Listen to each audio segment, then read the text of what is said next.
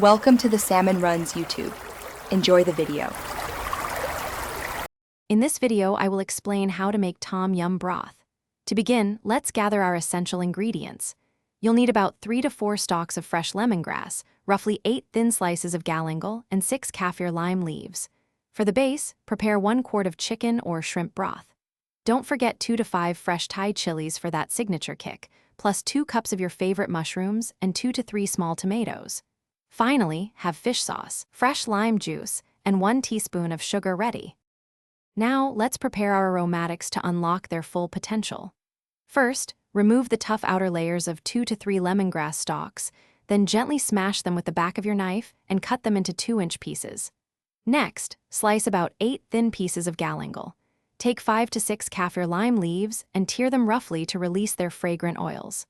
Finally, lightly smash 2 to 5 Thai chilies. This helps infuse their heat into the broth. With our aromatics ready, it's time to cook the broth. Pour 1 quart of chicken or shrimp broth into a pot. Add the prepared lemongrass, galangal, kaffir lime leaves, and smashed Thai chilies. Bring this mixture to a gentle boil, then reduce the heat and let it simmer for about 10 to 15 minutes. This allows all those wonderful flavors to fully infuse. Next, add your sliced mushrooms and a small onion, simmering for another 3 to 5 minutes until softened. For the grand finale, let's balance those incredible flavors. Stir in 2 to 3 tablespoons of fish sauce and 1 teaspoon of sugar until dissolved. Add your 2 to 3 small tomato wedges and cook for just 1 to 2 minutes.